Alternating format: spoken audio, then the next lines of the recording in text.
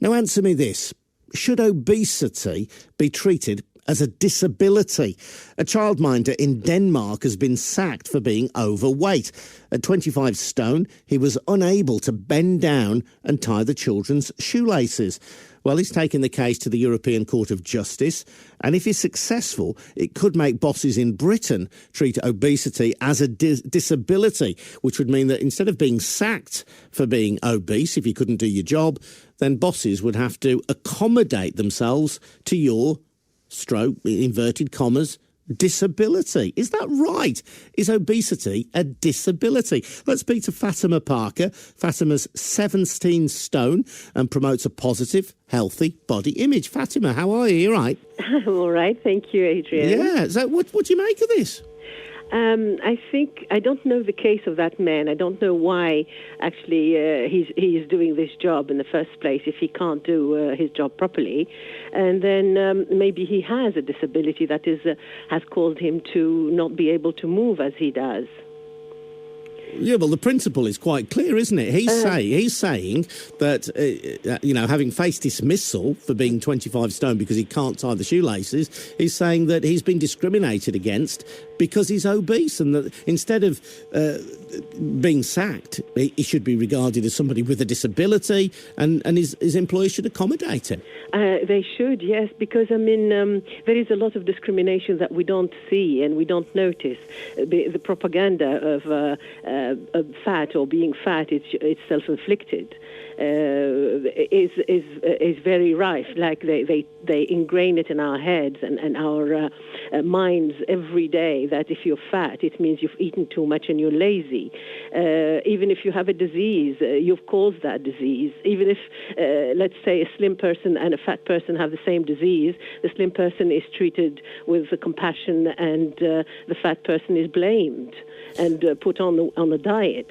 So I'm not sure, as I said, of the case of this man. But do you believe then, Fatima, that if you are obese, then that is a disability, that it is akin to a disability?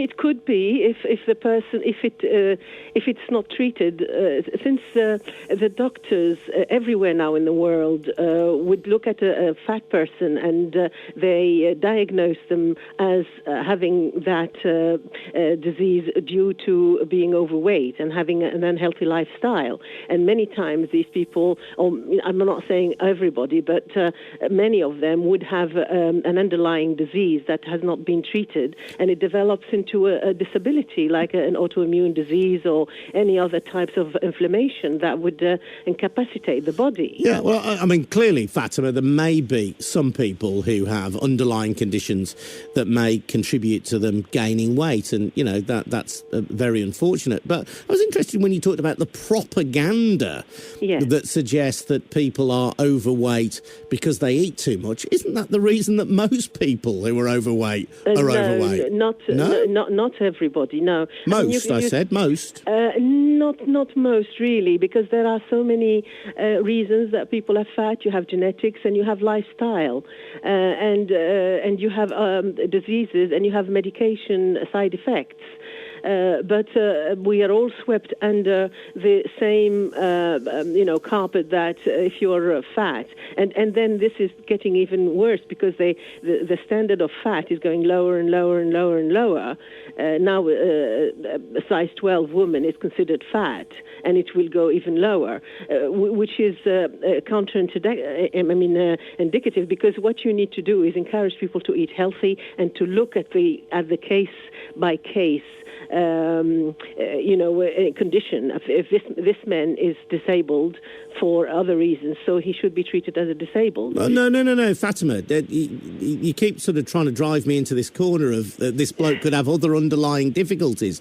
As far as we don't know anything about him. The article has been written in a very scaremongering. Be careful.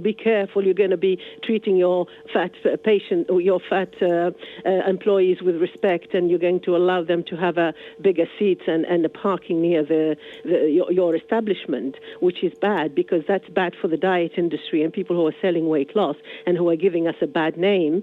That if obesity is being legalized, as I say, and being allowed, then these people their business will go down the drain. But there's no suggestion, and I've read more than one article about this, that this guy has any underlying illness. He's obese, as I understand it, for the reason that most people are obese. He's eaten too much and lives a very sedentary lifestyle, doesn't do enough exercise. They've sacked him because he couldn't tie the shoelaces. Why can't he sit the child on a chair or sit them higher up where he can tie the shoelaces? We don't know if he does the job otherwise better, if he cares for the children or... as I said, this case is not very clear because we don't know anything about him. We haven't heard from him. We hear, from what I read. I mean, I don't know if you have more information. Well, I've read a number of articles about it, and it seems to be clear that if the case is taken to the European Court of Human Rights, to which Britain is a signatory, then if you have an obese employee, then you will have to accommodate that employee's needs as if they were disabled. Yeah, I mean, what's the wrong with that? But you don't have, as an employer, to give them a job if they can't do it. That goes the same with someone who is disabled, non-inflicted, as they say, like someone who's an average size.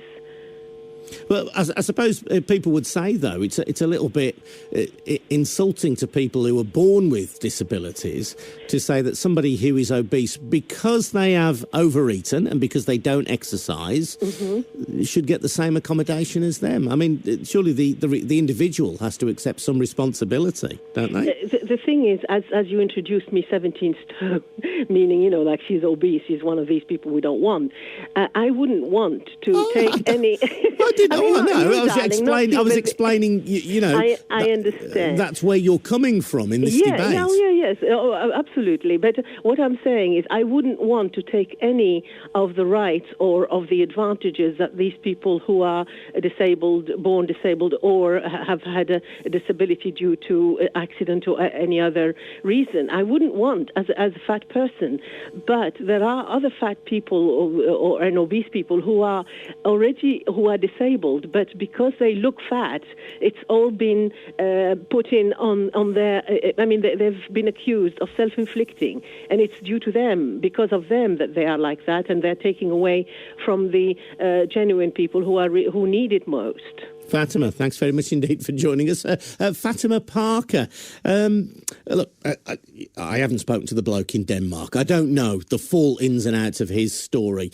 As reported, there's a guy who is 25 stone, he's got a job as a childminder, and he's been sacked. And there's no suggestion and I've read more than one article about this, no suggestion that he's got any underlying health condition. But he is obese because, presumably, he has eaten too much and he has exercised too little.